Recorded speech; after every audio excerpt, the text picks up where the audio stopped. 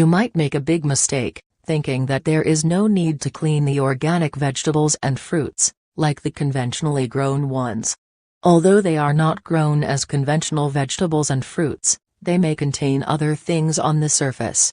They can be cultivated with natural fertilizers and soil enhancers, which include worm castings, bone meal, and manure. For this reason, it would be best to make your own natural scrub for fruits and vegetables with baking soda. This is a natural element, which can be found dissolved in mineral springs. It is affordable and easy to find.